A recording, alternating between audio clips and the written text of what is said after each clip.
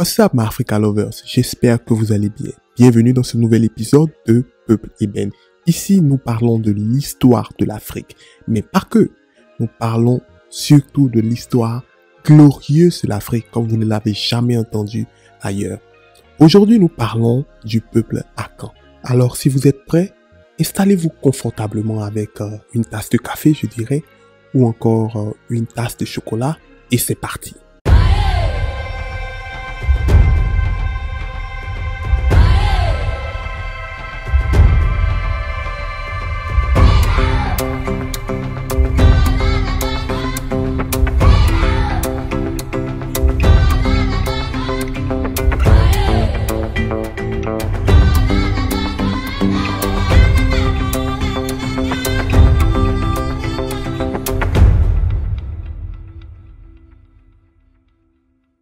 Les Akans en Afrique de l'Ouest représentent l'un des peuples les plus larges et les plus diversifiés. Le peuple Akan, qui représente plus de 60% de la nation moderne du Ghana, a une histoire riche, structurée, qui remonte à au moins 1500 avant notre ère. Il possède une langue commune appelée le Twi, un système matrilinéaire et des croyances religieuses communes basées sur le culte de l'être suprême, appelé Oyame, bien que les noms des divinités secondaires puissent varier d'un endroit à l'autre. Comment et quand le peuple Akan a fusionné d'origine locale disparates dans le grand sous-groupe ethno-linguistique identifiable qui est aujourd'hui classé comme faisant partie de la grande sous-famille Kwa des langues ouest-africaines, c'est une question incertaine. Alors que des formulations plus anciennes suggéraient que les origines de l'Akan viendraient de l'Afrique de l'Est ou encore vers la vallée du Nil, les recherches archéologiques et linguistiques les plus récentes indiquent des origines locales près des frontières actuelles du Ghana et de la Côte d'Ivoire.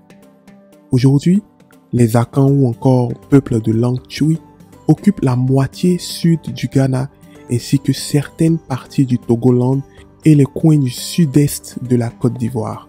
Leurs voisins les plus proches sont les peuples d'Adangwe, du sud-est du Ghana.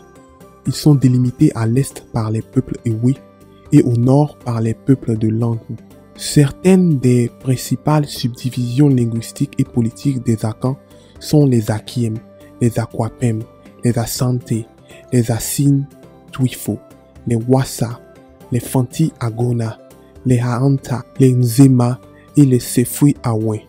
En Côte d'Ivoire, les sous-groupes Akan sont assimilés à des sous-groupes comme les abeilles, les abidji, les abrons, les abourés, les aladjans, les aïzi, les agnis, les apollo, les adjukrou, les atiers ou akiem apparemment, les avikam, les baoulés, les ébriés, les éoutilés, les mbato, les krobou, ou pour ne citer que ceux-là. Il semblerait que depuis au moins l'époque médiévale, les personnes appelées plus tard les Akans vivaient dans de petites chefferies dans les forêts et les côtes de l'actuel Ghana. Selon la plupart des traditions locales et des sources écrites, le cœur originel du peuple Akan s'appelait Akani, une zone qui était à peu près conforme aux États Akan modernes à Dansé, clan du Sud à Santé. Mais il est difficile de savoir s'il s'agissait d'un véritable État, une ligue de chefferie ou simplement une large expression géographique ou culturelle. Simultanément, la période 1000 et 1500 a également été témoin de l'organisation des villes et des pré-États à la périphérique nord de l'ère culturelle Akan, Brong, qui était devenue la première plaque tournante d'un réseau commercial nordique, semble avoir été la première entité où les insignes royaux bien connus de tous les futurs États, en l'occurrence le tabouret d'or, l'épée d'or et la masse, ont été conçus puis diffusés plus tard au sud. Ce serait vraisemblablement une erreur de parler des premiers Akans simplement ou même principalement en tant qu'agriculteurs, même si c'est aujourd'hui leur principale réputation. Depuis les premiers temps de l'histoire enregistrée, il est clair que les Akans ont fait preuve de compétences entrepreneuriales dans un large éventail d'activités économiques. Pour exprimer leur diversité, ou encore cette diversité, un meilleur terme serait les fermiers, chasseurs, pêcheurs, orpailleurs et commerçants à longue distance. L'autre développement majeur qui a pris de l'ampleur à la fin des années 1600 était la croissance de la formation de l'État parmi les principaux sous-groupes akans. Les États et les royaumes se sont développés lentement à partir des organisations familiales, lignagères et villageoises antérieures et étaient souvent le produit d'alliances et de confédérations de chefferies. Il convient de noter que les États akans étaient rarement définis par des frontières territoriales rigides. Le pouvoir d'un dirigeant suprême sur les rois et les chefs subordonnés était très flexible et dépendait du dynamisme de l'homme particulier occupant le poste.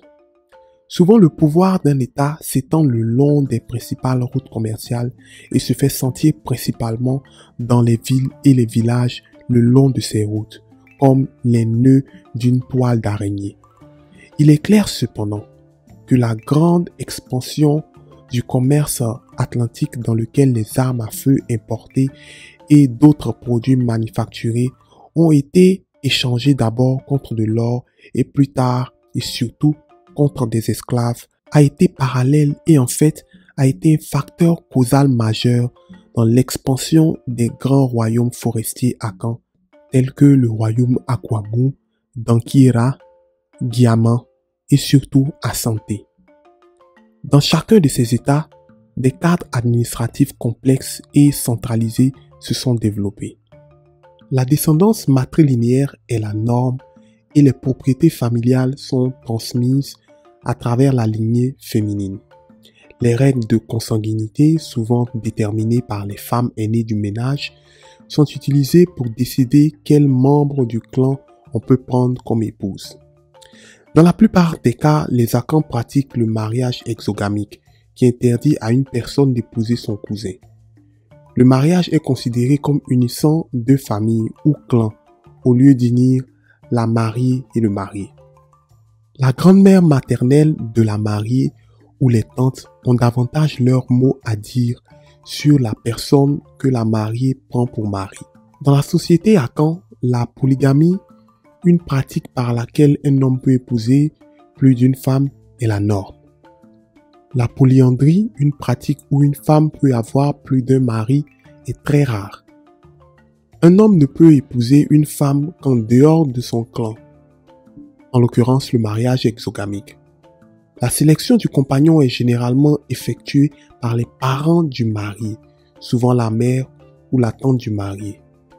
Une fois qu'un jumelage est fait et que les deux familles se sont mises d'accord sur l'aptitude du couple au mariage, la famille du marié offre un prix de la mariée à la famille de la mariée.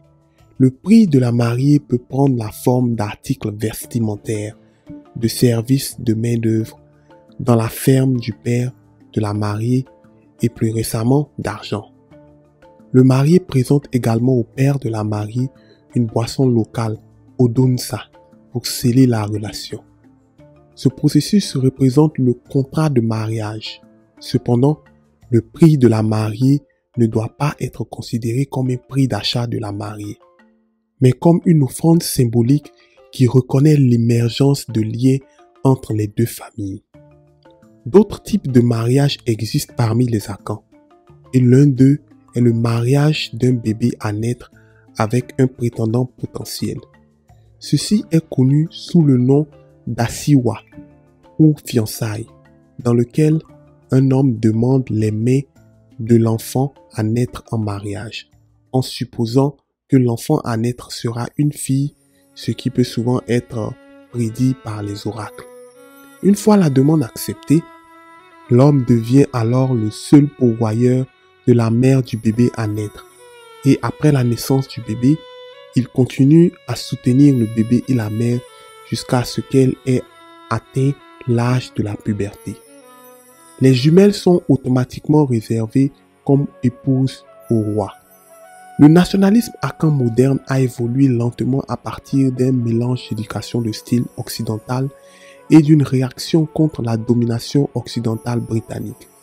Sous la direction à la fois des rois et des chefs traditionnels ainsi que de l'élite occidentalisée des districts côtiers centraux, la Confédération des Fanti entre 1868 et 1873 a reflété une forte tentative des Akans côtiers d'établir leur propre institution autonome et aussi de fournir un contrepoids à la grande puissance intérieure assentie.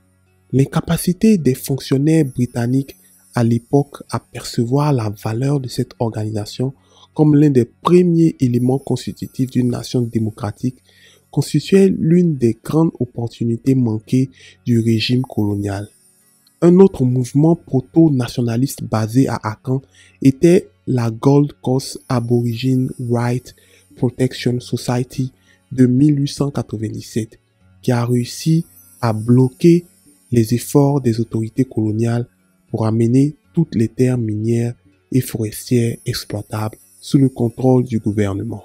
Voilà donc, chers amis, en résumé, l'histoire du peuple Akan. Si vous avez aimé cette vidéo, n'oubliez surtout pas de vous abonner, de commenter, de partager, d'aimer et surtout d'activer la cloche de notification pour plus de vidéos sur Peuple Ben. Sur ce, je vous dis à bientôt.